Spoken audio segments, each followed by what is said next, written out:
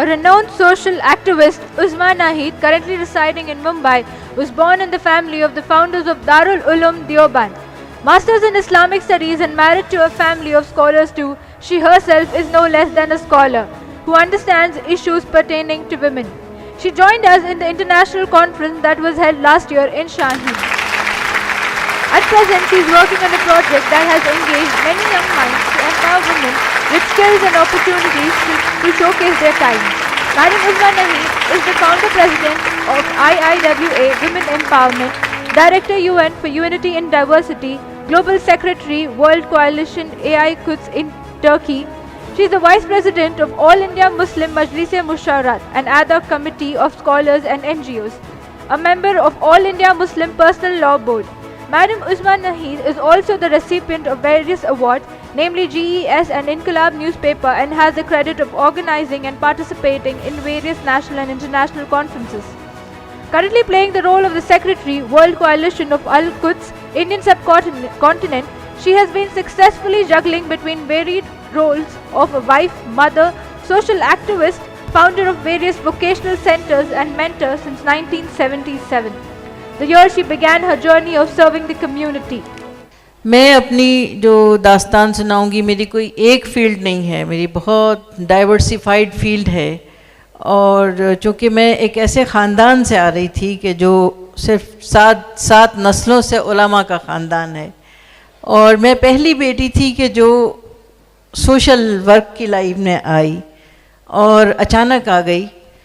और ये सब दिल की आवाज़ होती है जो मैंने सुनी, और मैं सबसे कहती हूँ ये बात को कि इंसान का ज़मीर कभी ना कभी उसे चौंकाता है, उसे हिलाता है कि देखो ये काम तुम्हें करना है। लेकिन अगर वो वहाँ से गुज़र जाए और ये सोचे कि ये काम कोई और कर लेगा, तो दूसरा क्यों करेगा? क्योंकि वो जो आपको ख़याल आया वो आप ही को आया, वो किसी दूसरे को हो सकता है कि ना आए ख़याल, इसलिए कि आपका एक बैकग्राउंड है, पर्टिकुलर बैकग्राउंड, जिसने आपको वो एहसास पैदा किया आपके अंदर कि ये मसला बहुत टेढ़ा था और मुझे हल करना था, तो इसलिए वो फिर मसला ही रह जाता है।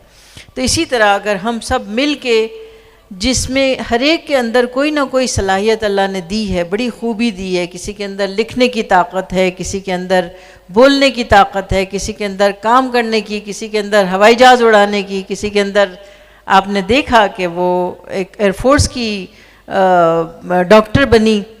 एक मेरी फ्रेंड है बॉम्बे में जो पूरे वेस्टर्न रेलवे की डॉक्टर हैं और डायरेक्टर भी हैं, तो वो साउथ इंडिया की हैं। तो मुझे अगर पता होता पहले से, मुझे तो मालूम नहीं था, वो उनकी बड़ी इज़्ज़त, बड़ा एहतराम, हिजाब भी करती हैं। और जब उनका मतलब रिटायरमेंट हुआ, उनका फेलिसिटेशन हुआ, तो पूरी कहना चाहिए कि जो रेलवे के तमाम डॉक्टर्स, रेलवे के सारे एम्प्लॉयज़ ने, और बाकायदा सलामी मिली उन्हें फ़ौज की, ये बहुत बड़ी बात है। तो एक बात मैं आपको बताना चाहूँगी सबसे अच्छी, कि जो हिजाब हम पहनते हैं ना, इसकी ये सिर्फ़ एक सिंबॉलिक चीज़ नहीं है, ये बहुत बड़ी बात है। और मैं आपको ये भी कहना चाहूँगी कि मैंने अपनी ज़िंदगी में जहाँ जहाँ मैं गई, जो काम किए, अलग अलग लेवल पर, अलग अलग लोगों में, अलग अलग प्लेटफॉर्म पर, तो मैंने ये देखा कि इससे जो है एक ईमानदारी का एक कहना चाहिए एहसास होता है सामने वाले को, कि ये जो रिलीजियस पर्सन है जिसने ये पहना हुआ है, ये एक बहुत नेक, मुखलिस अपना और दीनदार शख्स है। इसका मतलब यस, इस पे तो ताली बजाइए, इस पे तो बजाइए। ये इसकी अहमियत का एहसास ये है कि सामने वाले पर, अगर कोई दूसरी कौम के लोग हैं हमारे सामने, तो सामने वालों पे तासुर पड़ता है कि जो हिम्मत करके बाहर निकल रही हैं लड़कियां, अपना पहने हुए हैं अपना लिबास, तो वो इसकी बिल्कुल परवाह नहीं कर रही कि दूसरा क्या सोचेगा, बल्कि इसकी परवाह कर रही कि मुझे मेरे रब ने क्या हुक्म दिया है, मुझे उसको पहनना है। ठीक है, तो उसकी जेन्युइननेस साबित होती है इस बात से, उसके ऊपर ट्रस्ट बिल्ट होता है कि जो अपने अल्लाह का है, जो अपनी किताब का है, जो अपनी कुरान का है, वो दूसरे के लिए भी मुखलिस होगा, जो वो दूसरों के लिए भी फ़ायदेमंद होगा। तो ये एक एहतराम का जज्बा अल्लाह ताला पैदा करते हैं दूसरों के दिलों में। तो इसको हमेशा इसको कायम भी रखिए और इसकी कदर करिए और करवाइए। मैं आपको सुनाऊंगी सबसे पहले जो मेरा एक वाक़या। मेरा बेटा 3 साल का था जब मैं वो पढ़ता था स्कूल में, नर्सरी में था, तो वहाँ उनके जो बच्चों के क्लासमेट्स थे उनके घर मेरा जाना हुआ। तो मैंने देखा कि एक बच्चा जो है वो एक कैरेक्टर बना हुआ है, रामायण आ रही है टीवी पे, एक कैरेक्टर वो बना हुआ है, कैरेक्टर वो बना हुआ है। तो मैं सोचने लगी कि हमारी भी तो हिस्ट्री है, इस्लाम की भी तो हिस्ट्री है, हमारे अम्बिया अलैहिस्सलाम के क़िस्से हैं, सहाबा इकराम के क़िस्से हैं। ये कोई सोर्स नहीं है हमारे पास कि हम बच्चों को बता सकें, ऑथेंटिक हिस्ट्रीज़ हैं। तो मैंने आके सबसे पहले जो है वो इस चीज़ पर काम करना शुरू किया कि मैं किस तरह लाऊं, क्योंकि मैं वीडियो नहीं बना सकती, नबियों के क़िस्सों का मैं वीडियो नहीं बना सकती। तो मैंने ऑडियो को एक वो लिया, ऑडियो का मीडियम मैंने अपनाया और उसमें फिर अमीन सयानी के साथ मिल के 6 महीने में मैंने एक कैसेट बनाया, मूसा अलैहिस्सलाम और फ़िरौन गर्क हो गया, बातिल फना हो गया और हक़ की जीत हो गई, वहाँ लाके ख़त्म किया उसको। ये कैसेट जैसे ही मार्केट में आया, इसमें साउंड इफ़ेक्ट्स के ज़रिए जितने अज़ाब हैं, जितने मौजज़ात हैं वो दिखाए गए। फिर फ़िरौन की आवाज़, जादूगरों की आवाज़। मुझे नहीं मालूम था, मैं तो अपने एक जज्बे से काम कर रही थी, लेकिन मुझे नहीं मालूम था कि उसकी पजीराई इतनी होगी कि जब वो जैसे ही अखबारों में उस पर रिव्यू आया तो पूरे बम्बई के अंदर से जो ऑर्डर आने शुरू हुए मेरे पास। मैं 5th फ्लोर पर रहा करती थी जहाँ 107 सीढ़ियाँ थी और लिफ्ट नहीं थी, वहाँ लोग चढ़ चढ़ के आए ऑर्डर देने के लिए उसका। फिर मुझे HMV कंपनी ने बुलाया, फिर क्रिसेंडो कंपनी ने बुलाया और ये कहा आपने क्या किया, ऐसे थोड़ी करते हैं, इसको बाकायदा रिलीज़ करते हैं। तो बहरहाल बाद में फिर मैंने उसकी सीरीज़ मुकम्मल की, हज़रत यूसुफ़ अलैहिस्सलाम पे भी बनाया, दूसरों पे भी, कि हमारे बच्चे जो हैं झोपड़पट्टी तक अपनी तारीख़ से वाकिफ़ हों। ये बहुत ज़रूरी चीज़ है, क्योंकि आजकल जो एंथ्रोपोलॉजिस्ट हैं, जो सोशोलॉजी में जो डिग्रीज़ ले रहे हैं, वो ये बात कहते हैं कि जिस कौम का रिश्ता अपनी तारीख़ से जुड़ा होता है वो कौम जल्दी तरक्की करती है, और जो अपनी तारीख़ भूल जाती है, एक हमारी इस्लामी तारीख़ है, एक हिंदुस्तान की तारीख़, दोनों मालूम होनी चाहिए हमको। तो ये काम मैंने किया। उसके फ़ौरन बाद जो है 92 के राइट्स हुए और उसके बाद तकरीबन 400 फैमिलीज़ ऐसी थी कि जो टोटली बर्बाद हो गई। तो मैंने उनके रिहैबिलिटेशन का काम शुरू किया और उनके जो नुकसान थे उनको लिखना शुरू किया। तो ये काम करते करते मैं बहुत सारे लोगों से कनेक्शन में आई। तो तकरीबन 2 करोड़ की हमने रिलीफ उस वक्त बांटी और 400 फैमिलीज़ का हमने पूरे घर आबाद करके दिए उनके। उसके बाद ये मैंने एक 23 कोर्सेज़ का एक प्रोजेक्ट तैयार किया जो साबु सिद्दीक़ के लिए, जिसमें मैंने जहाँ इस्लामिक स्टडीज़ रखा, वहाँ जर्नलिज़म भी रखा लड़कियों के लिए, फिर जर्नलिज़म इंग्लिश रखा, तो फिर हमें मुतालबा हुआ कि उर्दू जर्नलिज़म भी रखिए, तो उर्दू जर्नलिज़म रखा, फिर फैशन डिज़ाइनिंग भी रखा, फिर क्या कहते हैं ब्यूटिशन भी रखा, फिर उसके बाद 23 कोर्सेज़ थे। ये सब डिज़ाइन किए मैंने मुस्लिम बच्चियों के लिए ख़ास और उस तबके के लिए कि जो हमारे पास आने वाली थी। अब यहाँ मैं आपको बताऊँगी कि मैंने टाइम्स ऑफ इंडिया से, चूँकि मैं मुंसलिक हो ही चुकी थी उस वक्त में, तो टाइम्स से मैंने बात की कि मुझे आपके जर्नलिस्ट चाहिए। तो टाइम्स से तकरीबन 15 जर्नलिस्ट आया करते थे, यानी हर हफ्ते एक नया फेस आया करता था। कोई इकोनॉमी पे लेक्चर दे रहा है, कोई फाइनेंस पे दे रहा है, कोई सोशल फील्ड पे दे रहा है, कोई कम्युनिटीज़ पर दे रहा है। तो ये एक बड़ा कॉन्फ्लिक्ट था हमारी बच्चियों में, और जो जर्नलिस्ट आया करते थे, बड़े बड़े जर्नलिस्ट आते थे कि वो ये कहते थे कि ये बच्चियाँ मुस्लिम बच्चियाँ हैं, ये चाहती हैं कि हम इनको इस्लाम पढ़ाएं जर्नलिज़म के ज़रिए से, ये चाहती हैं कि हर बात इनकी मर्ज़ी के मुताबिक हो, लेकिन हम तो इनको जर्नलिज़म सिखा रहे हैं। तो मैं उनको समझाती थी, मैंने कहा आप अपना काम करती रहिए। बच्चियों की अलग शिकायत कि हम तो कुछ और करने के लिए आए थे, हम चाहते हैं कि जब इस्लाम के बारे में कुछ लिखा जाए तो हम उसका जवाब दें और ये करें। तो मैंने कहा आप पढ़ लीजिए, पढ़ने के बाद फिर आप खुद जो करना है आप कर लेना। तो एक वक्त ऐसा आया कि हमारी 40 जर्नलिस्ट निकली लड़कियां, 40 जर्नलिस्ट जो बड़े बड़े उस पर गईं, उसमें चैनल्स पे भी गईं। जो चैनल्स पे गईं तो कई हिजाब वाली लड़कियां थी, उन्होंने कहा हम कैसे काम करें। तो मैंने कहा ज़रूरी नहीं कि आप स्क्रीन पे आके काम करें, बहुत सारे जॉब्स ऐसे हों जो बिहाइंड द स्क्रीन होते हैं, आप वो अपनाइए, क्योंकि एक औरत की ज़रूरत हर जगह है। जैसे आपने अभी सुना कि हर जगह एक औरत की ज़रूरत है, जो सेंसिटिविटी जो होती है और जो अपने मसाइल को, औरत अपने मसाइल को ख़ुद समझती है, ख़ुद प्रेजेंट कर सकती है, ख़ुद प्रपोज कर सकती है कि इसको किस तरह प्रेजेंट करना चाहिए।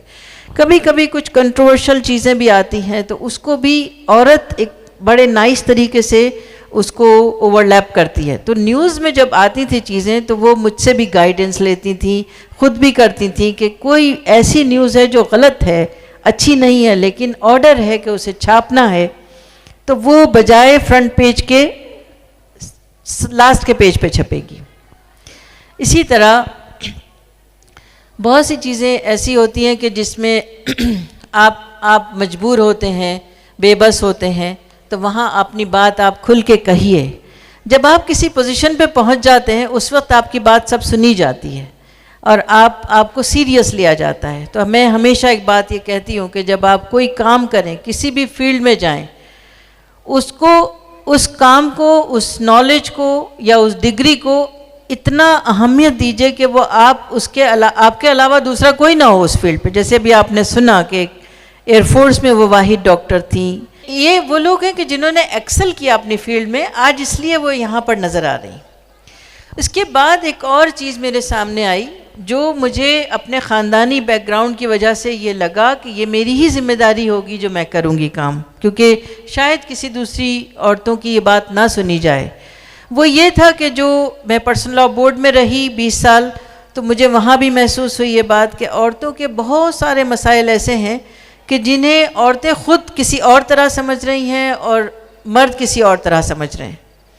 अब यहाँ पर हम प्रेजेंट करें, जब अपनी बात कहें या अपना सवाल रखें, लेकिन सवाल कौन करेगा? सवाल वो करता है जो इल्म दीन से वाकिफ़ हो। सवाल करने के लिए आपका इल्म वाला होना ज़रूरी है। इल्मी सवाल होगा तो इल्मी जवाब मिलेगा, अगर इल्मी सवाल नहीं होगा तो आपको कहेंगे आप जाइए उधर बैठ जाइए। आम तौर पर औरतों के बारे में ये मशहूर है कि औरतें जज्बाती होती हैं, औरतें क्या कहते हैं इमोशनल होती हैं, औरतों का जहन जो है वो क्या कहते हैं वो उस तरह नहीं वो सोचती हैं जैसे मर्द सोचते हैं, बहुत आला दर्जे पर, आला पैमाने पे, ऐसे नहीं सोचते हैं। ऐसा है क्या? नहीं ना, एक ही लड़की ने बोला है। हाँ, आप भी सोच सकती हैं, लेकिन मैंने कहा ना कि जब आपके मसाइल आएँ तो अगर आपको इल्म दीन वाकिफ़, आप इल्म दीन से वाकिफ़ नहीं हैं, नहीं वाकिफ़ हैं उम्महातुल मोमिनीन के ज़िंदगियों से, आप नहीं वाकिफ़ हैं सहाबियात के उससे, उनकी ज़िंदगियों से, तो आप सवाल कैसे करेंगी? आपको नहीं मालूम है आपको सवाल कैसे करना। लेकिन मैंने इसमें ये काम किया था कि जो औरतों के घरेलू मसाइल हैं, आइली मसाइल हैं, मैट्रिमोनियल इश्यूज़ हैं, उसमें जो भी कुछ लड़ाई झगड़े हो रहे हैं, वो लगता है कि एक इंसानी कहना चाहिए कि नेचर का हिस्सा है। ये ऐसा नहीं है कि मुस्लिमों में हो रहा है, सब में होता है, लेकिन इसको हमें सॉल्व कैसे करना है।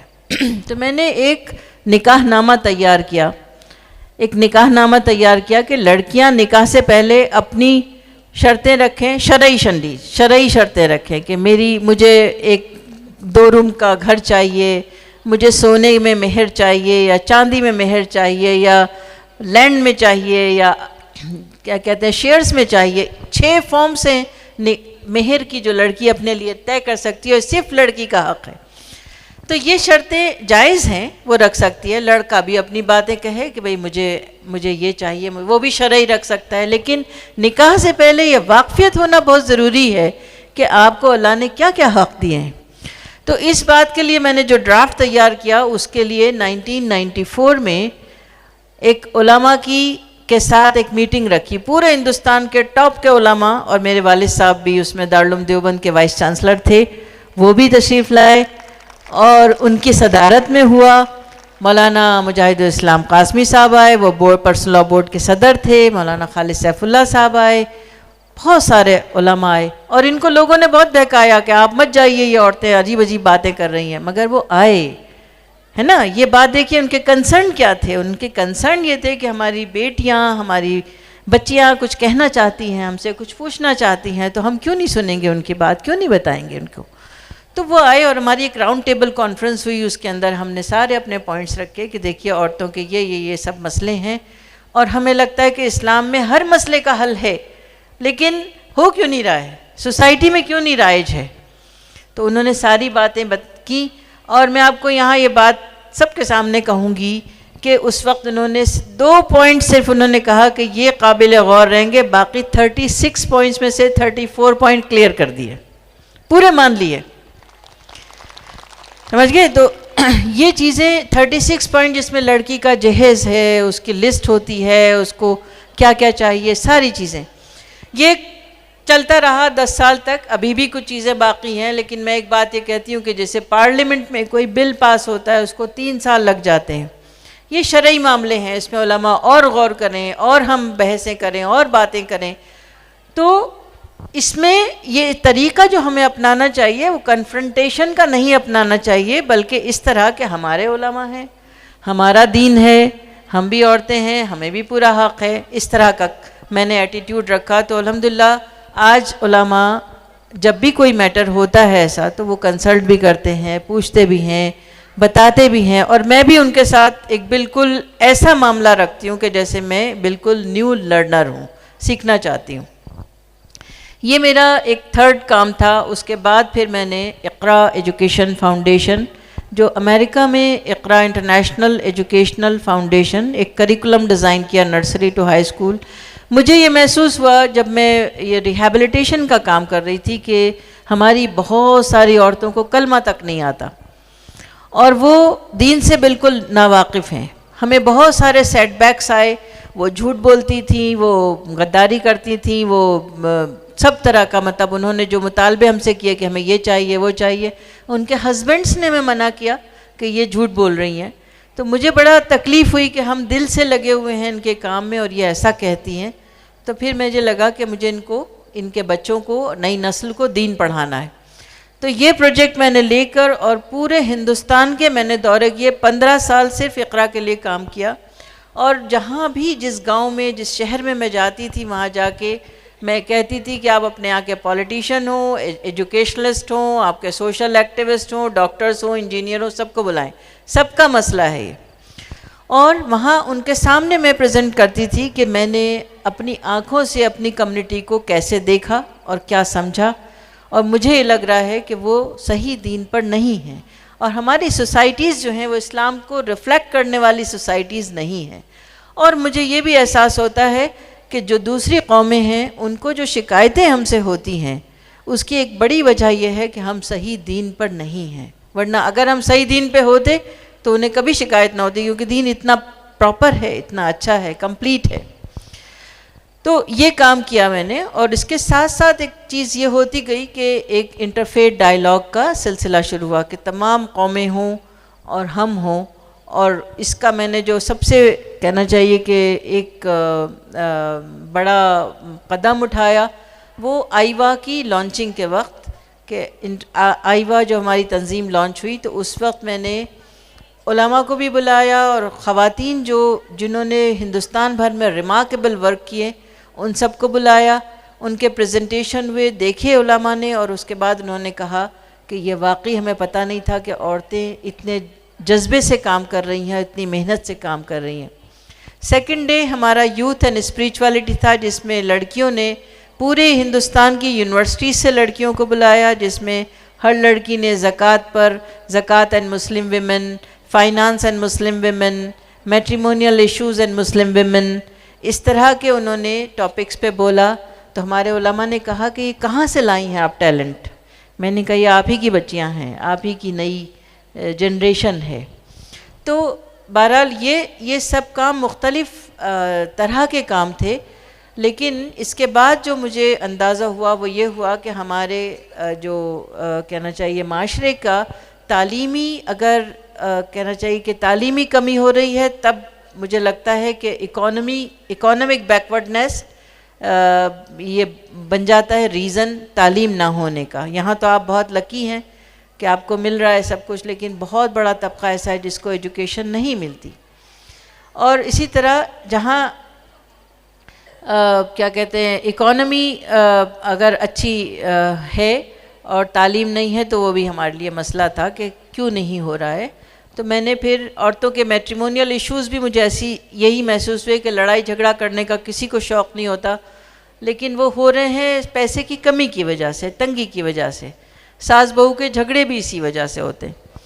तो इस वजह से मैंने ये आईवा का शुरू किया और ये इक़रा के साथ साथ मैं इसको लॉन्च करती चली गई। जब भी इक़रा के प्रोग्राम होते थे मैं एक छोटा सा अलग एक प्रोग्राम लेडीज़ के लिए बुलवाती थी और कहती थी कि लेडीज़ को करो। तो ऐसे मुझे पूरे हिंदुस्तान से मेरा टाई अप हो गया और आज अल्हम्दुलिल्लाह 30,000 विमेन हमारे साथ हैं जो एक इसमें आईवा का काम कर रही हैं। और आईवा के लिए जो मेरा अपना जो कहना चाहिए अभी तक प्लानिंग ही चल रहा है, इसको ऑनलाइन लाना है, पूरा ई-कॉमर्स पर लाना है, क्योंकि 200 प्रोडक्ट औरतें बना रही हैं। और इसके अलावा ये है कि जितनी भी बेवा औरतें हैं जो इस तरह उनको पैसे दिया करते हैं, तो मैं उनसे कहती हूँ कि वन टाइम पैसे दीजिए, अच्छे पैसे दीजिए और उनको ऐसा कोई बिज़नेस खड़ा कर दीजिए कि उनको दोबारा कभी मांगने की नौबत ना आए। तो ये सिस्टम हम डेवलप कर रहे हैं और इसमें टाई अप हो रहे हैं। तो अल्हम्दुलिल्लाह मैं कल ही मलेशिया से आई हूँ, जहाँ तकरीबन 7 हमारे साथ MOU साइन हुए हैं अलग अलग मुल्कों के, अलग अलग शहरों के, जिसमें सारे लोग मिलके हम काम करेंगे उम्मत के लिए इंशाअल्लाह, ख़ास तौर से औरतों के लिए, उनके एम्पावरमेंट के लिए। और मैंने जैसे बताया कि ये जो फील्ड है, जो हैंडीक्राफ्ट की फील्ड है, पूरी दुनिया में इंडिया का नाम रोशन है इसकी वजह से कि इंडिया में बेशुमार कहना चाहिए हैंडवर्क है और ये $1 बिलियन इंडस्ट्री है। तो जो इस फील्ड में जाएगी वो भी बहुत कामयाबी हासिल करेगी। और जैसे अभी हमारी जो बड़ी बहन है उन्होंने फरमाया फोर्सेस के बारे में, तो मैं आपसे कहूँगी कि एक ज़माने में कुछ लोगों ने शिकायत की कि मुसलमान फोर्सेस में नहीं हैं, जेंट्स भी नहीं। तो इंदिरा गांधी का दौर था, इंदिरा गांधी ने कहा कि हम तो बहुत कोशिश कर चुके और मुसलमान आते नहीं। तो उन्होंने ये तजवीज़ की कि अल-अमीन जो बेंगलोर में एक एजुकेशनल इंस्टीट्यूशन है कि हम आपके नाम से ऐड देंगे और फोर्सेस के लिए, और आप लेके आएंगे कैंडिडेट्स पूरे हिंदुस्तान से। तो पूरे हिंदुस्तान के अखबारों में ये एडवर्टाइजमेंट छपा था कि मुस्लिम उसमें शामिल हों, एयरफोर्स में, आर्मी में, सब में शामिल हों। लेकिन सिर्फ एक कैंडिडेट था पूरे हिंदुस्तान से। आपके लिए भी ये इत्तला की बात है। तो सिर्फ एक कैंडिडेट आया। तो ये जो चीज़ है हमारे सोसाइटी के अंदर कि हम ये सब फील्ड्स को अपना नहीं समझते, हम नहीं समझते कि हमारे लिए हैं, तो अपने अपने घरों में ये माहौल पैदा करने की कोशिश करिए कि ये जो बहादुरी का जज्बा है ये हमारे अंदर भी है, हम भी जा सकते हैं और इसमें बहुत सारे स्कोप, इज़्ज़त भी मिलती है, बेनिफिट्स भी हैं और बहुत फ्यूचर बन जाता है। तो ये सारा मैंने अपना जो अपनी दास्तान सुनाई है उसका मकसद सिर्फ ये था कि जो हमारा दिल चाहता है करने को हम उस फील्ड में जाएं और सिर्फ इतना ख्याल रखें कि हम शरीयत का दामन नहीं छोड़ें।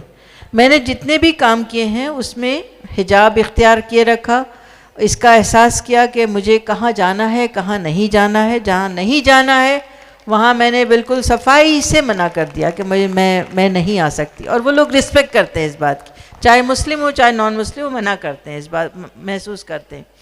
ये हमें ख्याल रखना है इस बात का। बहुत सारी जगह हमारे लिए नहीं है और अल्लाह ताला उसी में बरकत देंगे।